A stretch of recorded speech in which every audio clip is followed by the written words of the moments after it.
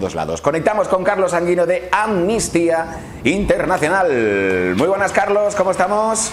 Hola, ¿qué tal? ¿Cómo estáis? Muy bien, aquí hablando un poquito, ya hemos empezado a hablar ahí un poquito del tema, Ya he visto. Claro, es que a mí me ha sorprendido mucho.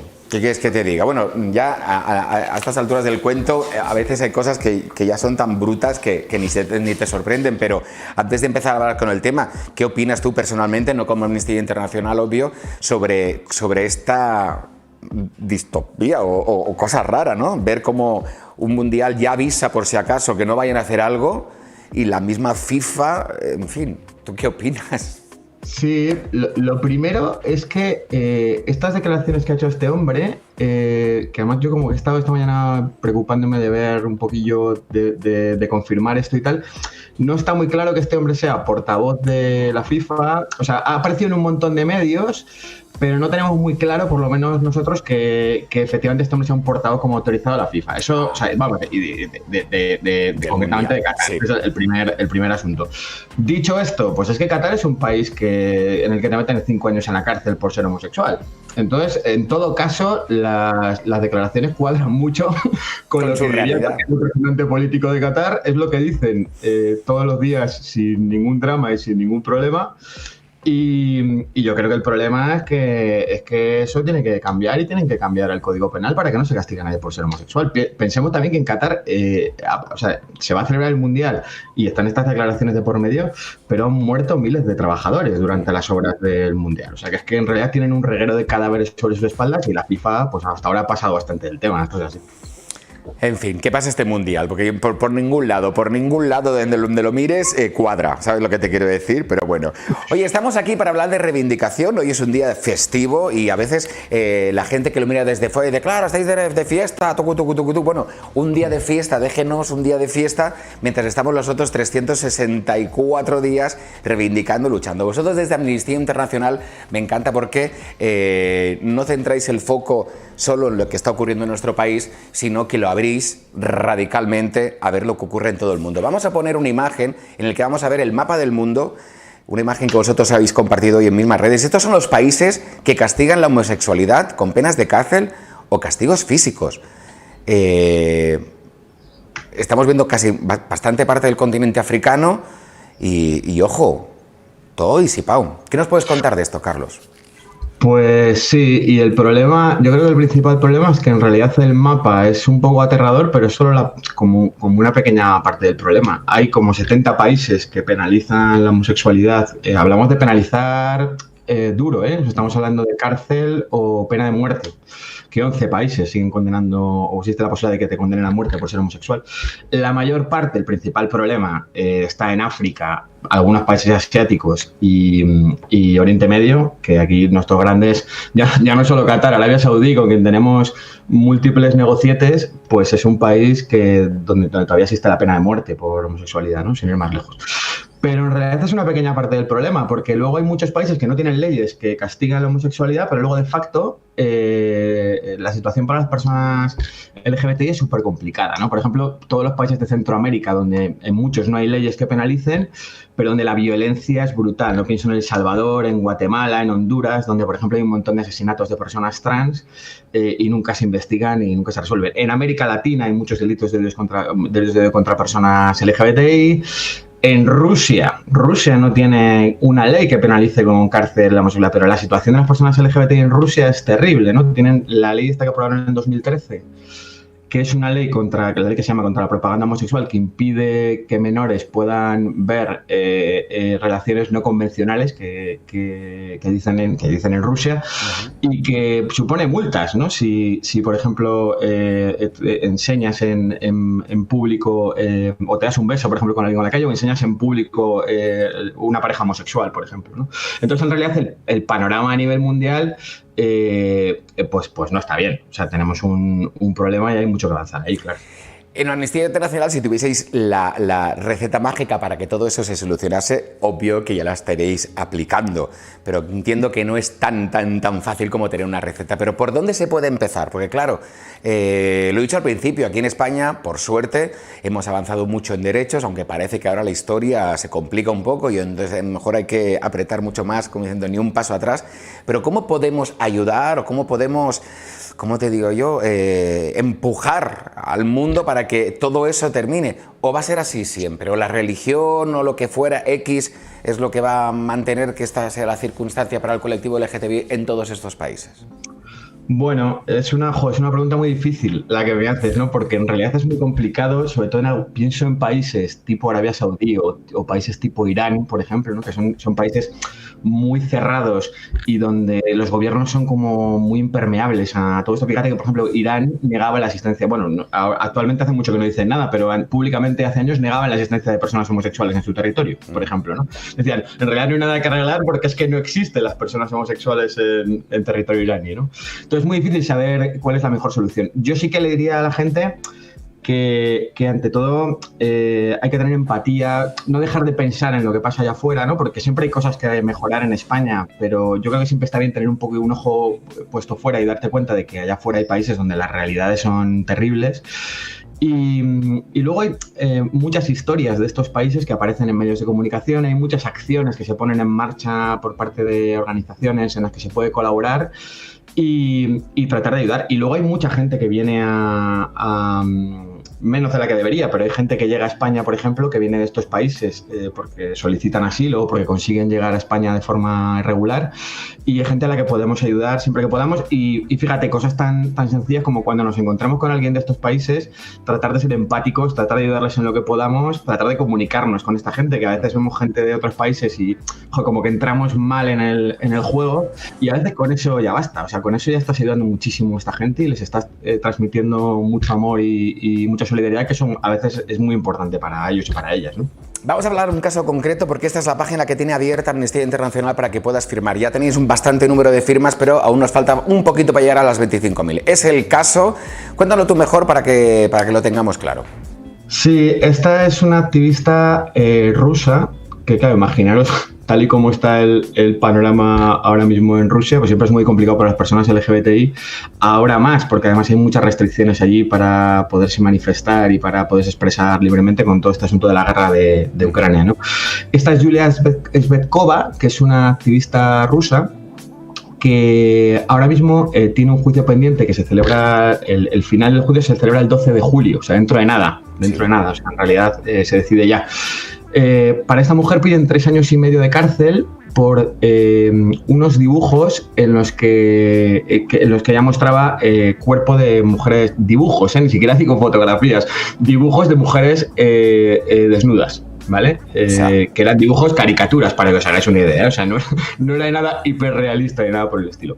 Por eso piden 3 años y medio de cárcel para ella. Aparte de eso, esta mujer ya ha tenido 2 multas por gestionar un par de comunidades LGBTI en redes sociales rusas, y por un dibujo en el que ella mostraba una familia diversa, una familia homosexual, un dibujo, o sea, no otra cosa, estamos hablando de un dibujo. Y entonces esta mujer ya la han multado 2 veces por esto, en base a la ley de la que hablábamos antes, ¿no? La ley esta de propaganda homosexual, y ahora está en riesgo de ir a la cárcel, ¿no? Tenemos una ciberacción activa, que es la que habéis abierto, que yo creo que es muy importante que la gente pueda participar, porque queda poco tiempo y porque ya se decide si va a la cárcel o no. Y quien quiera puede participar. Cualquiera se puede meter en la web y en amnistía.es/Yulia pues puede entrar y firmar. Y te voy a hacer una pregunta que yo creo que mucha gente, y aparte de esto aparte de duda mía, porque claro, mucha gente a veces dice, vale, firmo aquí, ¿no? Pero ¿mi firma qué significa? ¿Mi firma qué suma? Luego, con todas estas firmas, ¿qué se hace? ¿Qué se consigue? Yo creo que es muy importante también que por parte de Amnistía nos contéis, oye, ¿qué ocurre con todo esto? Porque hay gente que a lo mejor lo puede hacer como algo simbólico, ¿no? Porque en ese momento ve la noticia, la empatía le aborda y dice, bueno, ya... Pero hay que saber la finalidad de todo esto, ¿no? Por eso es importante llegar a las 25.000. Sí, y además es una buena pregunta, ¿eh? Porque yo me acuerdo, yo la primera vez que entré en Amnistía, en la oficina de Madrid, me acuerdo perfectamente que yo quería ser activista, ¿eh? En aquel momento. Y me acuerdo que había una señora súper mayor que estaba pidiendo ayuda para preguntar cómo se mandaban, no sé qué acción que estábamos haciendo sobre alguien, un preso político en Camboya, me acuerdo. Y me acuerdo que yo vi a la señora y dije, joder, esta señora aquí preguntando cómo se manda la carta y tal cual, que yo decía, esto en realidad Camboya, que Bilkilisman les va a dar a los de Camboya que mandemos una carta y tal.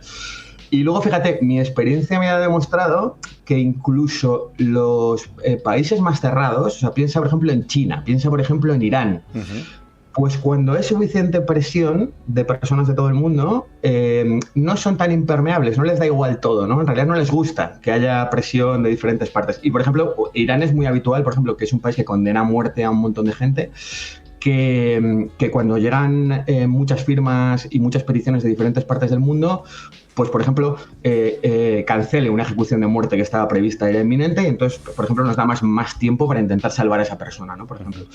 En el caso de Yulia, sin duda, porque Rusia es un país muy cerrado, parece que a Putin le da todo igual, como ha quedado demostrado en los últimos meses, pero no les da todo tan igual, ¿no? Y es muy habitual que cuando hay presión suficiente, pues la situación de estas personas mejore, porque además luego también pensemos que no solo están los presidentes, también están los jueces que tienen que juzgar a esta gente, la opinión pública, o sea, en fin, que hay muchos factores que influir, digamos, en Rusia, ¿no? Entonces, por eso es muy importante transmitir que esto nos parece una injusticia y que nos parece una burrada. Y bueno, a partir de ahí intentar que esta mujer no la metan en la cárcel, que es el objetivo. Pero vamos, tu pregunta es muy pertinente, pero es verdad que al final, en ocasiones no, pero en muchas otras ocasiones sí que se consigue el objetivo, ¿no? Y también te digo, en estos momentos, Yulia, que reciba y que vea que en estos momentos hay 19.506 personas que han firmado una petición para que la liberen, para que le quiten esa condena de 3 años y medio de cárcel, pues dentro de su situación, que es una situación que todos nos podemos llegar a imaginar, pero nunca ponernos nunca en la piel, porque eso yo creo que se vive o por mucho que quieras es imposible, ese es un apoyo que llega. Y es que al final, yo creo que también, Carlos, es importante identificar las personas, no que se ponen delante, sino que se ponen delante y sin escudos, que se ponen delante y les da totalmente igual. Hoy estamos celebrando una fecha muy importante y no es una fecha al azar, es una fecha en la que en un bar, si no me equivoco, de San Francisco, de repente entró la policía y el colectivo en ese punto dijo: hasta aquí hemos llegado, basta de palos, basta de detenernos, basta no sé cuántos. Y sobre todo, y las primeras, el colectivo trans, las primeras, sí, ahí, que luego a mí me encanta, hay un documental fantástico en el que se habla de la lucha de los derechos LGTBI en Estados Unidos, y cuando de repente eso empieza a hacer, no una moda, pero la gente empieza como a enterarse, de repente hay una parte de ese colectivo que lo aborda. Y hay una imagen fantástica que se ve a estas primeras personas que estuvieron en esa primera manifestación gritando desde abajo: es a nosotras a las que nos tenéis que dar el micrófono. O sea, ¿pero de qué vais? O sea, ¿de qué vais? ¿No? Entonces, hay que reivindicar mucho a esas personas que se ponen en primera fila y, ya te digo, sin escudo, totalmente sí, a recibir las balas. Sí, sí, completamente de acuerdo. Yo pienso mucho en esto que dices, lo pienso todo el año, especialmente en el orgullo, pero pienso, joder, lo difícil que es ser activista LGBTI visible, pienso en Uganda, en países como Arabia Saudí, que hay gente, ya hay organizaciones, ¿sabes? En Rusia, sin ir más lejos, ¿no? Que tu actividad va a estar bajo sospecha todo el rato, vas a recibir insultos probablemente de los vecinos. O sea, tiene muchas implicaciones negativas y pese a todo hay gente que decide dar un paso adelante y dice, pues a mí me da igual, me parece que esto hay que visibilizarlo y adelante con todo. Y a mí eso me parece que tiene un valor absolutamente incalculable y por eso yo creo que esto hay que defenderlo siempre, ¿no? Y los medios de comunicación yo creo que tendrían que ponerlo en primera plana, porque, jolín, no puede haber listas de personas influenciadas del colectivo, tal, no sé cuántos, y ves a empresarios que, oye, muy bien, que te ha ido bien el negocio, de puta madre, ves a actores, actrices, ves a presentadores, oye, que te va todo muy bien, perfecto, pero, jolín, ya que hay un espacio para reivindicar a personas que hacen algo por el colectivo, oye, que lo ocupen las personas, oye, que las otras están muy bien, pero yo creo que habría que dejar el sitio para que lo ocupen personas que realmente se están jugando la vida, que realmente están defendiendo algo a vida o muerte. No, no porque forma aparte de su carrera y de su mundo, que de verdad, que no sin quitarle importancia a esas personas, pero yo ya estoy harto de ver todas esas cosas. Es una opinión personal, yo estoy muy harto de ver esto y yo que quiero es escuchar historias reales de personas que son totalmente desconocidas, pero que se están dejando la vida en todo esto. Sí, y es que además, si pensamos por ejemplo en España, ¿no? Si se puede celebrar el orgullo, si hay matrimonio igualitario en España, si ahora se va a aprobar la ley LGBTI, pues es por las organizaciones y por los activistas LGBTI, que son los que se lo han currado durante muchísimos años, a veces con viento y marea, muchísimas veces en contextos... Cárcel, con palos, con todo. Con contextos muy desfavorables, porque a veces tienes gobiernos favorables y a veces tienes gobiernos muy desfavorables, y pese a todo han estado ahí pico y pala, hasta que se consigue mejorar la situación de derechos, está claro. En fin, queda mucho camino por hacer, muchísimo camino por hacer, y yo siempre digo lo mismo, menos mal que estamos acompañados por vosotros, por muchas organizaciones, quizá no tan grandes, mucho más pequeñitas, pero que en el fondo van haciendo una gran cadena. Y oye, gracias por existir. Yo siempre digo lo mismo, Amnistía Internacional y Carlos, mil gracias por haber entrado hoy, por haber contado todo esto, y yo creo que tiene que haber fiesta, pero también tiene que haber reivindicación. No nos olvidemos que todo va conjunto y se pueden hacer las dos cosas a la vez.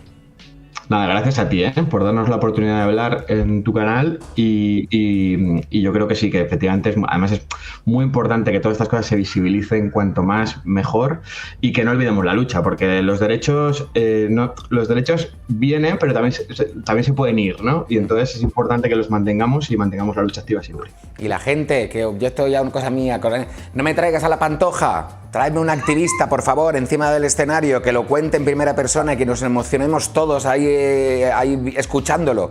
Cone, que si hay un espacio y un escenario, que lo ocupe quien lo tiene que ocupar. Estas son cosas mías, no tiene nada que ver contigo. Carlos, un beso enorme, feliz Día del Orgullo y que vaya todo muy bien, ¿vale? Igual, venga. Hasta luego, Carlos. Chao, chao, chao. Son las 6:32 de la tarde. Esta fiesta con amigos y sin ti.